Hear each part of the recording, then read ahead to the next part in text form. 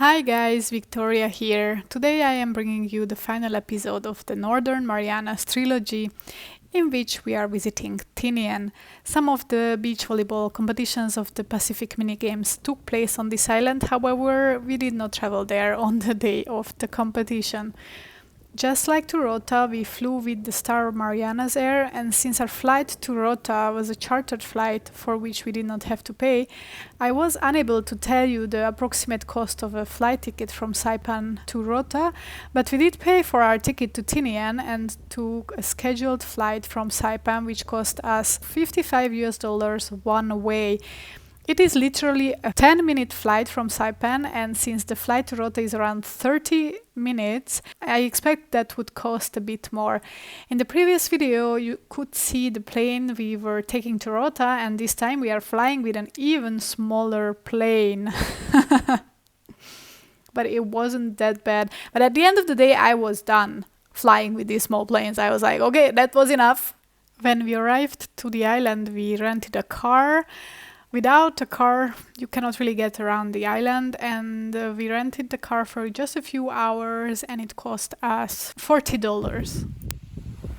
Tinian is one of the three principal islands of the Commonwealth of the Northern Mariana Islands.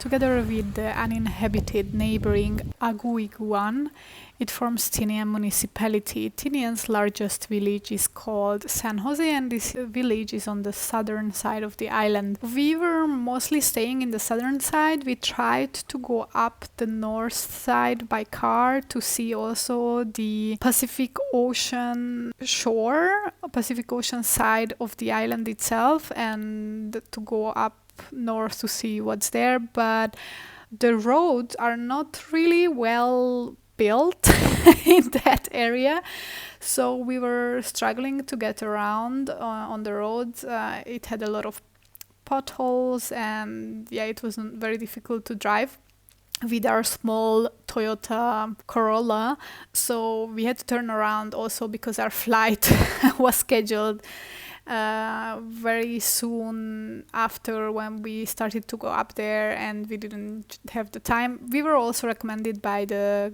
rental company to not to go north because the car would get scratched, and we definitely didn't want that because the nature is much wilder up there, so everything is grown in, and yeah, the infrastructure is not really built.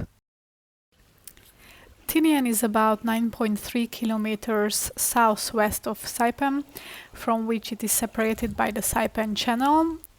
There used to be a boat connection between the two islands, but not anymore, so currently it is only possible to reach the island by plane. Tinian has a land area of approximately 100 square kilometers, with its highest elevation at Mount Lasso at 171 meters only. The island has limestone cliffs and caves. There is a variety of marine life and coral reefs surrounding the island. Its clear, warm waters are ideal for snorkeling, scuba diving, and sport fishing. Traces of human settlements on Tinian have been found by archaeologists ranging over 4,000 years, including ancient latte stones. A latte stone is a pillar kept by a hemispherical stone capital with the flat side facing up, used as a building support by the ancient Chamorro people. They are found throughout most of the Mariana Islands. Around 3,000 years ago, Tinian was ruled by the Chamorro chief Taga, who built the biggest stone home with latte stones. A beach of Tinian, Taga Beach, is named after him. The largest latte stone still standing is almost 5 meters tall, and it is located on Tinian at the House of Taga. The House of Taga is an archaeological site located near the village of San Jose. Taga is said to have erected the pillars as a foundation for his own house. Some archaeologists believe that only high-status Chamorros lived in structures built on latte stones, while others have put forward the theory that all Chamorros in the latte period lived in latte structures, and that the height and number of the stones in the structure indicated their social status. The history of Tinian is strongly connected to that of Saipan and Rota, so if you wish to hear about the brief history of those islands leading up to the Second World War, watch my videos about Saipan and Rota that I will link down in the description and which are part of this trilogy series. During the Second World War, Tinian was not garrisoned by the Japanese military, however, until the later stages of the war, when the Japanese realized its strategic importance as a possible base for American bombers. The island was seized by the Allies during the Battle of Tinian between the 24th of July and 1st of August 1944. Of the 8,500-man Japanese garrison, 313 survived the battle. At that time, there were an estimated 15,700 Japanese civilians on the island working on coffee, cotton and sugar plantations and in a processing plant. Tinian is located approximately 2,400 kilometers from mainland Japan and was suitable as a staging base for continuous heavy bomber attacks on the Japanese islands. Immediately after the island's seizure by the US, construction began on the largest airbase of World War II, which covered the entire island except its 3 highland areas. The base was 40,000 personnel installation, and it was laid down in a pattern of the city streets resembling Manhattan, and they also named the streets accordingly because the island is about the same size and shape as New York City is Manhattan. On the island you will find 8th Avenue, Broadway, 86th Street, Riverside Drive, Lenox Avenue, West End Avenue, Central Park and even Greenwich Village. The Americans developed 2 runway complexes, Westfield and Northfield, for enabling US Air Force takeoff and landing.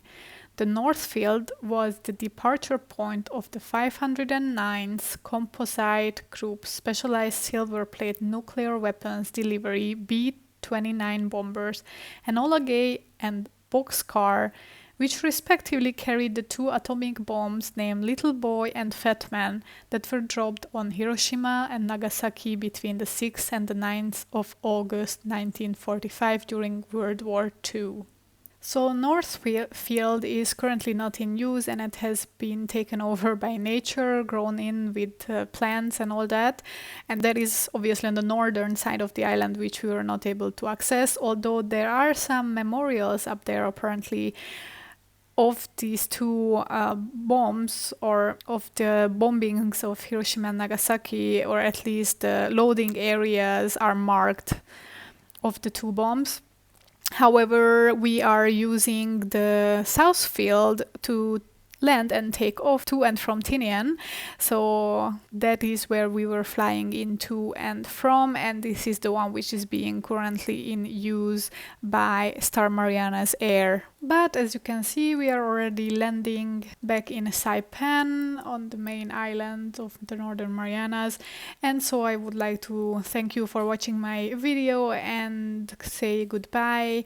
I hope that you enjoyed this little trilogy that I put together from my travels on the Northern Mariana Islands. Watch the full 3 episodes. The 3 episodes together are no longer 30 minutes, so I hope you enjoyed them. See you at my next video. Bye bye.